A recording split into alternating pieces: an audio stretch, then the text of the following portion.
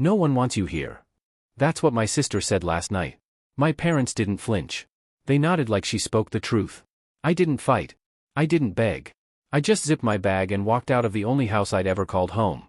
And this morning, my phone wouldn't stop buzzing, 39 missed calls stacked like a wall of desperation from the same people who told me I wasn't wanted. Funny, isn't it? How silence can bury you for years, then suddenly their voices won't leave you alone.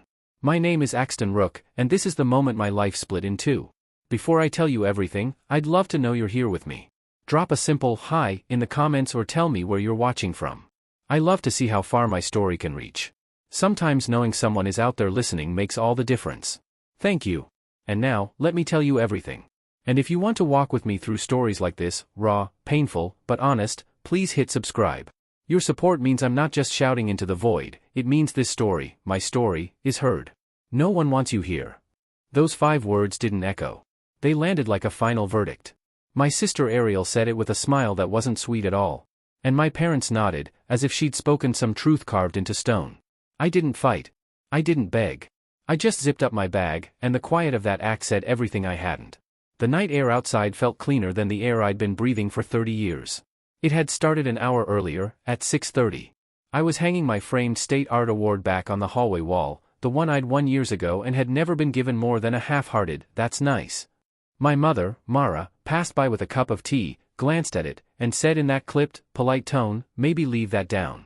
It gets in the way when guests come." Just like that, the achievement became clutter, and I understood again how invisible I was in this house. At 6:50, my phone buzzed with a text from my father, "Thomas, family meeting, 7 p.m. Not, "Can you come," not, "Let's talk," a command like I was a subordinate on his payroll. I made black tea in the kitchen, listening to Ariel's laugh spill from the living room. When I peeked in, I saw her curled up in her favorite armchair, angled perfectly toward the television. The whole room subtly rearranged to make her comfort the center of gravity. That was my family in a snapshot, everyone else bent around her orbit. By 7:05, we were seated. My father leaned back like a manager about to deliver bad news, arms crossed. "You've been negative lately. Toxic. Not helpful." The words were rehearsed, sharp. I said, calm and steady, "I've been quiet. That's all." My younger brother, Beckett, didn't look up from his phone, just muttered, "Yeah, you're always so difficult." Another dismissal, another flick of dust off their shoulders. Then came the reveal. At 7:20, Ariel leaned forward, her tone sugary. "Really, it's just that you've been difficult since I asked for your help with the apartment application. My credit's a mess, and you refused to co-sign. That's what this is about, isn't it?" My stomach clenched. Of course, not my attitude, not my silence. It was about convenience, how useful I was willing to be for her again.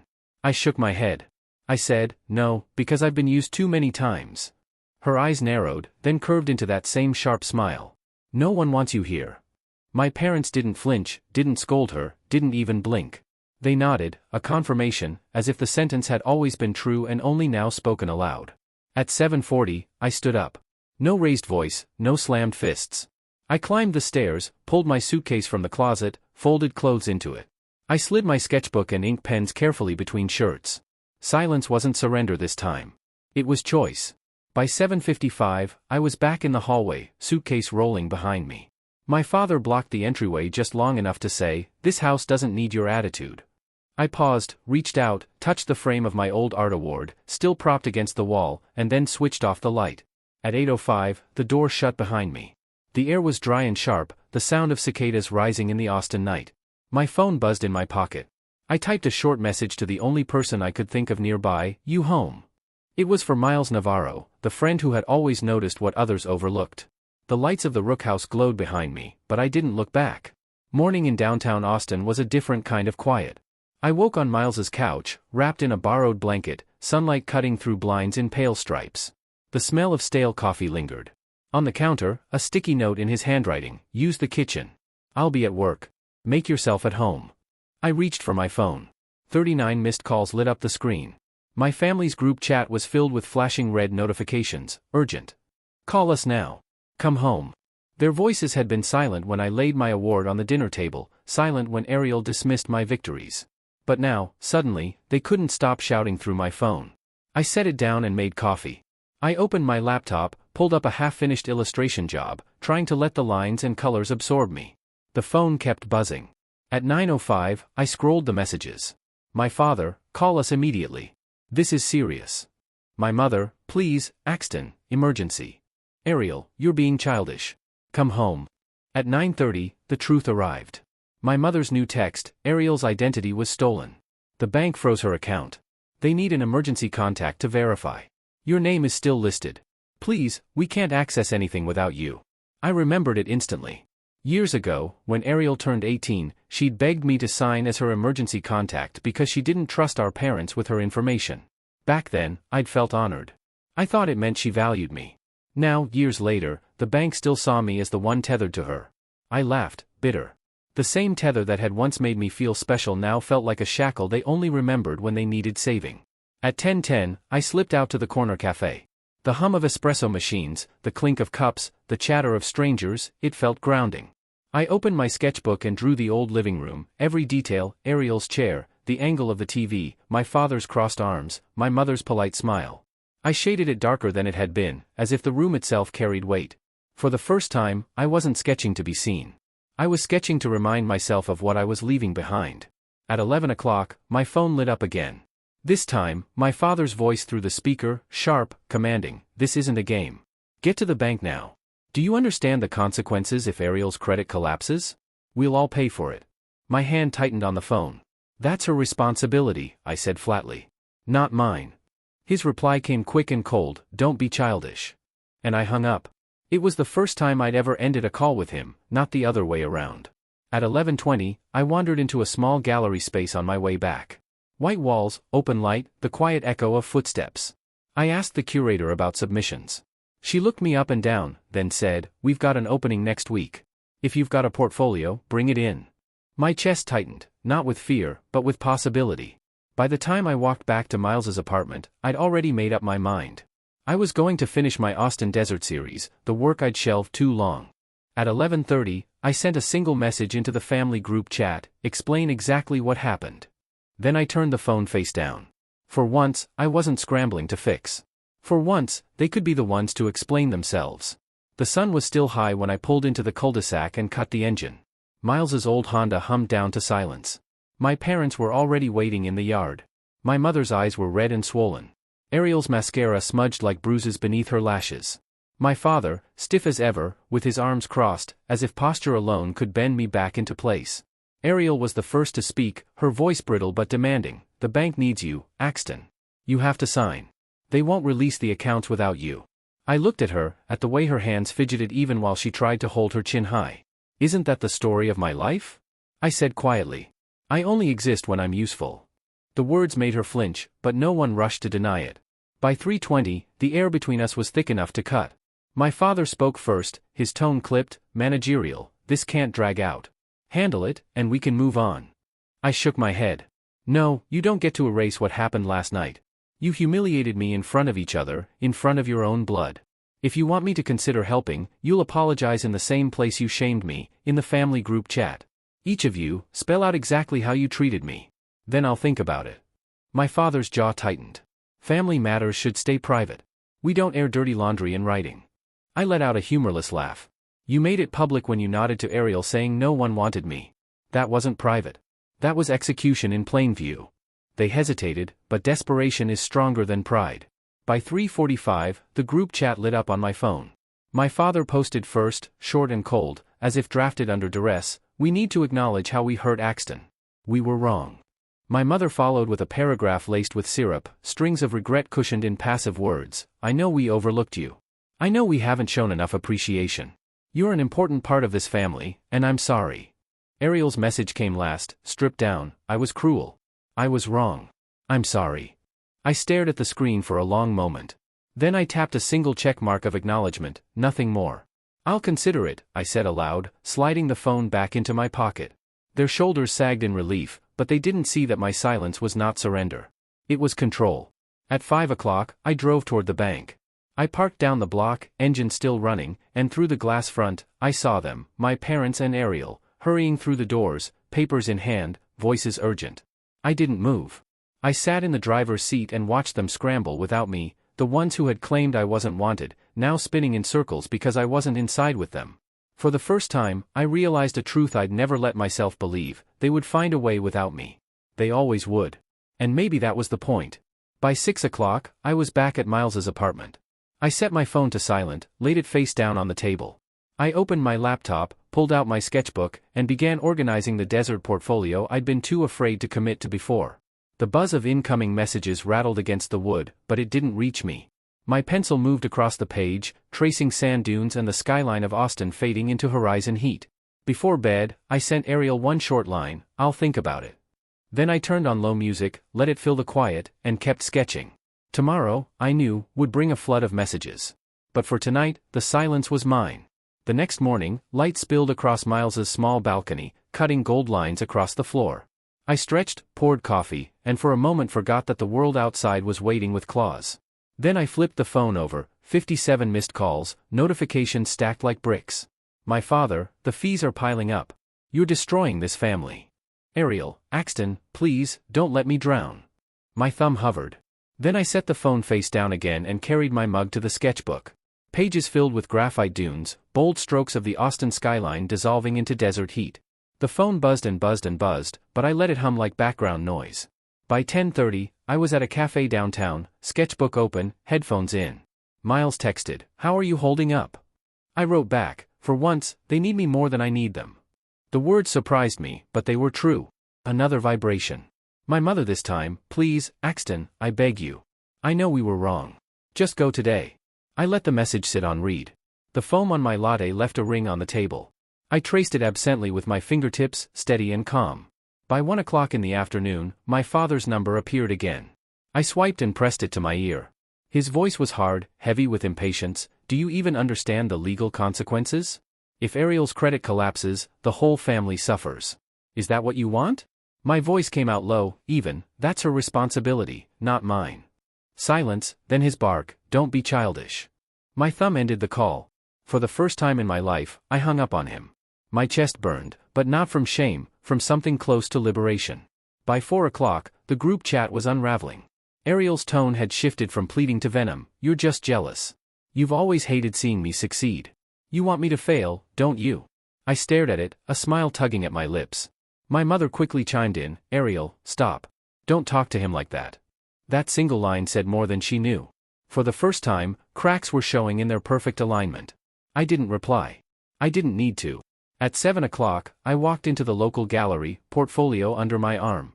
The director glanced through the pages, nodding, then closed the folder with a small smile. "This work has its own voice. You should definitely submit for the open slot."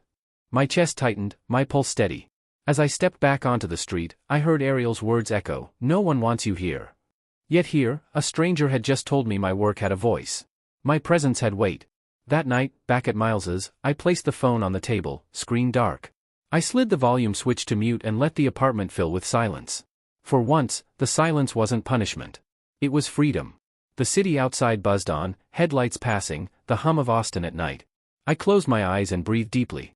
This time, when the phone vibrated, I didn't move. I drifted toward sleep with the quiet wrapped around me like armor. By 9 o'clock in the morning, the silence had already broken. My phone lit up with a new message from Ariel. "You're really going to let me sink over one sentence?" One sentence. I read it again and again, my chest tightening. My mind went back, unspooling every small moment that had built the life I carried. The birthday with store-bought cupcakes because they'd been too busy for me. The time I handed over a state art certificate, and my father didn't even look up from his phone. The Christmas when my mother smiled politely at the vintage recipe book I'd saved for, then lit up at Ariel's scented candle. One sentence? No. It had been a lifetime of them. At 10:30, I opened the family group chat, typed each word slowly, my fingers steady on the screen. "You're not sinking because of one sentence. You're sinking because you built your raft out of everyone else's silence." I just stepped off. I pressed send. The chat went still, that dead kind of quiet that tells you the arrow has hit the center. By 1 o'clock, my father's call came.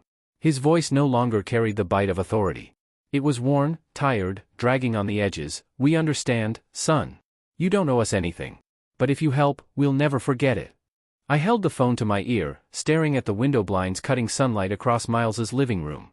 "We'll see," I said, and ended the call. At 4 o'clock, I left the apartment, wandered toward the park. Children knelt on the sidewalk, chalk staining their palms, drawing crooked suns and houses with tilting roofs. I stopped and watched, my throat tight. Once, that had been me, trying to draw beauty in a world that laughed because I didn't kick a ball like the others. I realized then I wasn't craving revenge. Not anymore. I wanted something simpler, to live a life that didn't need proving to anyone. By 7 o'clock, as the Texas sky melted into shades of orange and purple, another message arrived. My mother, separated from the group chat this time, Axton, if you do this, I promise I'll change. I'll stand by you. I stared at it, fingers hovering. For the first time, I didn't answer. Let her feel the weight of silence she had once allowed to crush me. I sat on a park bench as the light bled out of the day. My phone buzzed again in my pocket, urgent vibrations I ignored. Above me, the sky stretched wide, limitless.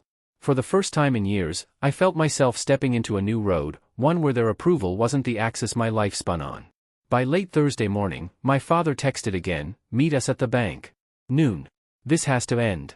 I drove Miles's car downtown, the air inside thick with heat and anticipation. When I parked across the street, I saw them through the wide glass windows, my parents and Ariel, clustered near a desk, papers in hand, their voices sharp enough to carry even through glass. Their faces were flushed, tense, panicked. I didn't step inside. I leaned against the car and watched. At 11:45, Ariel spotted me through the glass. She burst through the door and hurried across the lot, mascara streaks cutting down her cheeks. "You have to sign," she said, her voice cracking. "If you don't, I lose everything." Her words fell between us like stones. I looked at her, steady. "I didn't take anything from you. You lost it yourself." Her lips parted as if to argue, then pressed shut. By noon, my father joined, his stride clipped, shoulders squared. "Stop this. Don't make us a spectacle. You'll shame the family in public." I pointed back at him. "I've been shamed in that house my whole life. The difference is, no one ever defended me when it mattered." Heads turned, a couple slowed their steps. The public now had front row seats to a performance my family had always staged behind closed doors. At 12:15, my mother's voice cracked as she stepped forward, tears sliding down her face. "Axton, I'm begging you. We were wrong. But you can't turn your back now. We're family." I looked at her, the woman who had smiled through years of Ariel's spotlight, who had looked away when I shrank into the corners. "I turned my face to you 1,000 times, I said softly. You just never saw it." By 12:30, I turned away. The air was hot, the sunlight burning off the asphalt as if to sear the moment into memory. I walked back to the car, slid into the driver's seat, and turned on the air conditioner. My hands shook, my breath uneven, but my chest felt strangely light. For once, they stood under the gaze of strangers, raw and exposed, their perfect image stripped bare. For once, they tasted what I had swallowed for years, to be seen but not protected.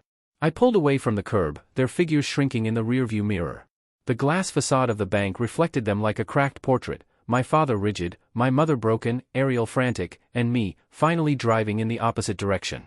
By 3 o'clock in the afternoon, the family group chat had turned into a war zone. Ariel fired first, accusing my parents of not pushing me hard enough. "You should have forced him. He always caves when you pressure him. Why didn't you?" My father shot back within seconds. "Don't blame us. You've done this to yourself, always spending beyond your means, always expecting someone to clean it up." My mother tried to wedge herself between their blows with long, frantic lines about staying calm, about remembering we're family, but her words only made the thread more chaotic. The screen scrolled with anger, blame, and desperation. None of it aimed at me. At 5 o'clock, I sat on Miles's couch, watching the messages fly past. I didn't type a single word. My silence became a mirror, and in it, they tore at one another.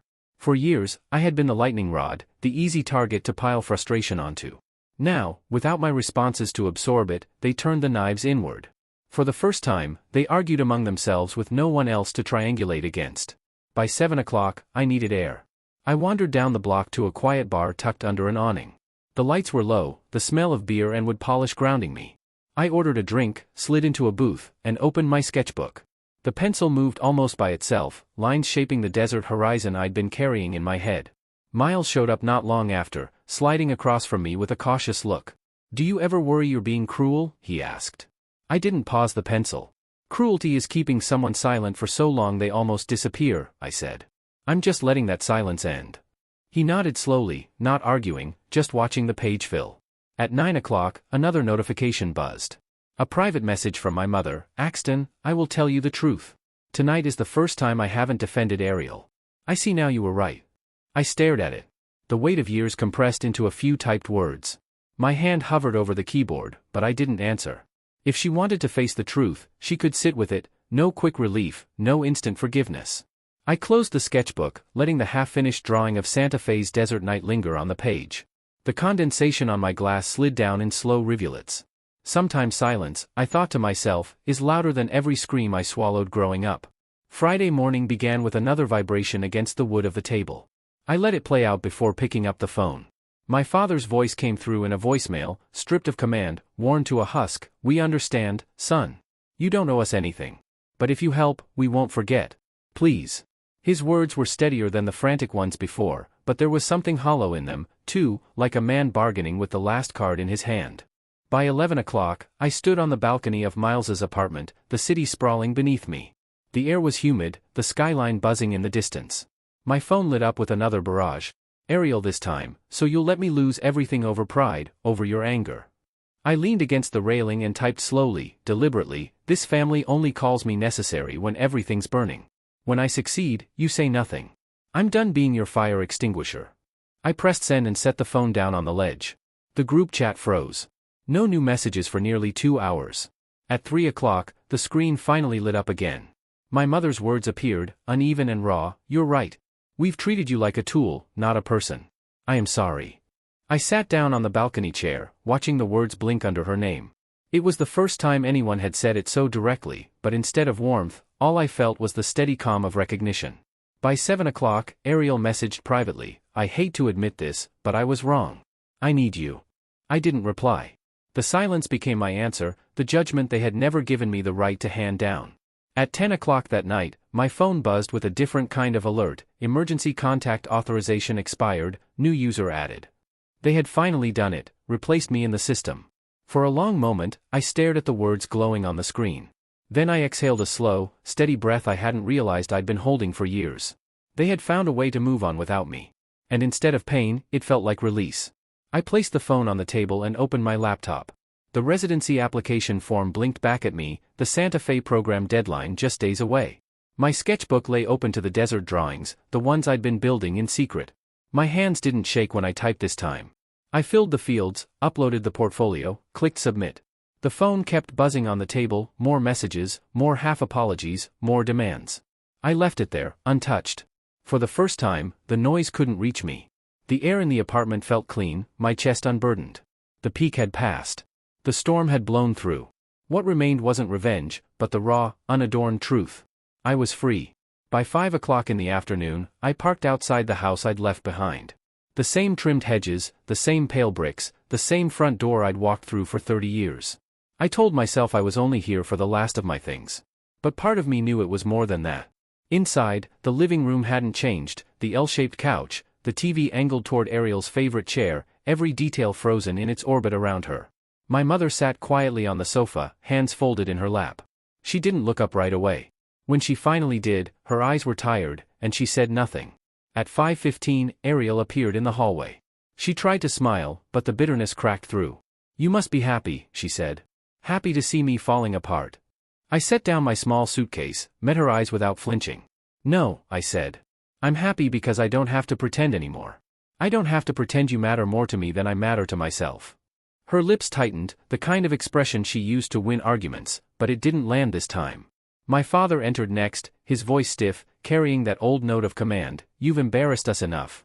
Making a scene at the bank. Do you know what people must think?" I stepped closer, my tone even. "Do you know when I felt embarrassed?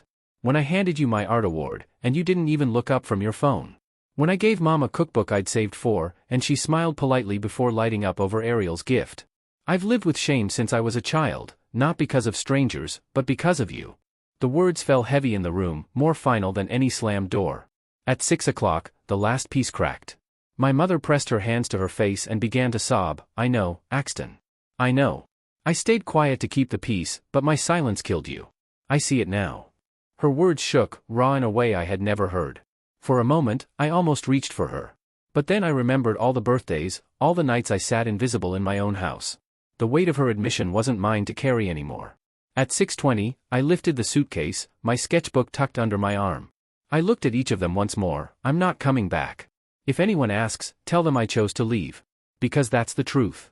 No one answered. No one tried to stop me. When the door closed behind me, it wasn't with the heaviness of exile. It was the final sound of release. I wasn't running. I wasn't banished. I was free. A week later, on a quiet Sunday morning, my phone buzzed with an email.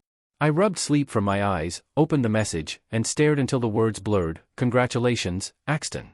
You've been accepted into the Santa Fe artist residency. I read it once, twice, 3 times, my hands trembling. The life I'd been sketching in secret was suddenly real. By 10 o'clock, I was at the bus station, suitcase small enough to lift in one hand. Miles stood beside me, his expression a mix of pride and relief. You deserve this, he said. I nodded, adjusting the strap on my bag. Not because they were wrong, I answered, but because I was right to keep going. We hugged once, briefly, and then the bus doors opened. At 2 o'clock, the highway unrolled into New Mexico, flat stretches of desert glowing under a white sky. The bus windows reflected sunlight, painting stripes across my sketchbook. I drew the horizon, lines stretching outward, endless. I realized I wasn't drawing the house anymore, no living room arranged around someone else's throne, just sky and sand and space enough for me. By 6 o'clock, as the desert darkened into orange dusk, I leaned my head against the glass and thought of the boy I used to be, the boy with chalk on his hands who drew suns while the others laughed. I whispered to him in the fading light, you don't have to win their love. You only have to live. The wind carried the words away, scattering them across the vast horizon, a prayer I no longer needed answered. At 8 o'clock that evening, I placed my suitcase on the floor of a simple dorm room. Walls bare, desk empty, waiting. I hung my first sketch on the wall, a drawing of Austin fading into Santa Fe, the past dissolving into the future. My chest loosened with a breath I hadn't felt in years. On the balcony of the residency, the desert stretched out like an open canvas. The air was cool, tinted with red from the sinking sun. Behind me, the room was quiet, no messages buzzing, no voices demanding, no nods of dismissal, just silence. But this time, the silence wasn't suffocating. It was possibility. For the first time, I wasn't waiting for the phone to ring, for someone to need me, for someone to tell me I belonged. I heard only my own heartbeat, steady and sure, and it was enough. I've thought a lot about the way a single sentence can become a mirror of an entire life. No one wants you here. At first glance, it sounds like just a cruel outburst, something you might hear in the heat of a fight. But for me, it wasn't just one night or one careless insult. It was the echo of a lifetime spent in the margins. It was every birthday with a cupcake instead of a cake. Every award I laid on the table that no one clapped for. Every time I swallowed my words because someone else's story seemed more worthy of attention. That sentence wasn't the beginning. It was the last page of a long book I'd been forced to live inside. Walking away was the hardest thing I've ever done, but it was also the most necessary. When you grow up invisible, you're trained to believe that silence keeps the peace, that your comfort comes second, that love must be earned by usefulness. But silence is not peace, it's erasure. And usefulness is not love, it's a transaction. The moment I chose not to argue, not to beg, not to explain, but simply to pack my bag and leave, something inside me shifted forever. For the first time, I wasn't asking them to see me. I was choosing to see myself. And then, when the phone lit up with 39 missed calls, the irony hit me like a storm. The family who had nodded in agreement when Ariel said I wasn't wanted suddenly needed me desperately. They didn't miss me. They didn't long for my presence. They needed what my name on a line could give them. That difference, the gap between being needed and being wanted, was everything. For once, I didn't rush to patch things up. I didn't bend backward to keep their world from crumbling. I let them taste the panic, the helplessness, the silence I had lived with for decades. Some people would call it cruel. I call it balance. Because love that only appears when you're convenient isn't love. Because apologies only wrung out under pressure don't erase the years of silence. And because boundaries are not punishments, they're the beginning of dignity.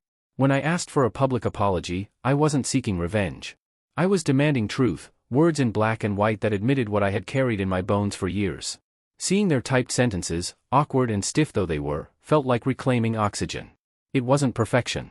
It wasn't even sincere, but it was acknowledgement. And acknowledgement is where healing begins. By the time I boarded the bus to Santa Fe, I realized something I had never believed before. I didn't need them to change in order for me to live differently. I only needed to release the version of myself who thought his worth depended on their recognition. On that bus, with the desert spreading out in gold and white beyond the window, I whispered to the boy I used to be, you don't have to earn their love. You just have to live when it isn't real. That sentence became my anchor, stronger than any dismissal, louder than any insult.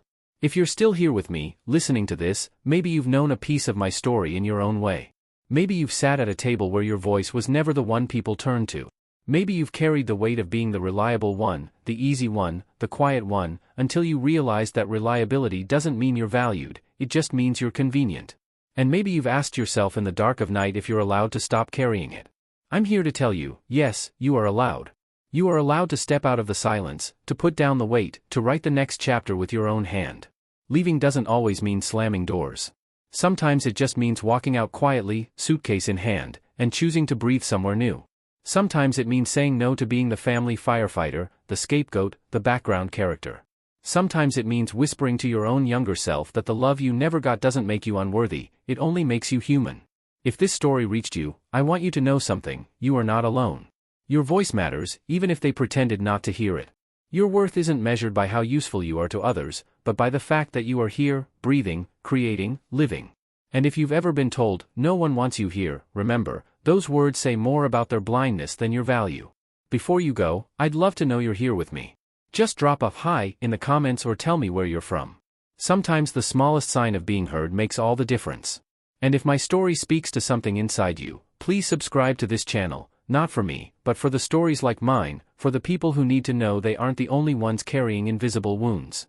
Every view, every comment, every subscriber helps these stories travel farther, reaching someone who might be waiting for the permission to let go. Thank you for listening. Thank you for being here. And if you take one thing with you, let it be this: you don't have to stay where love is conditional.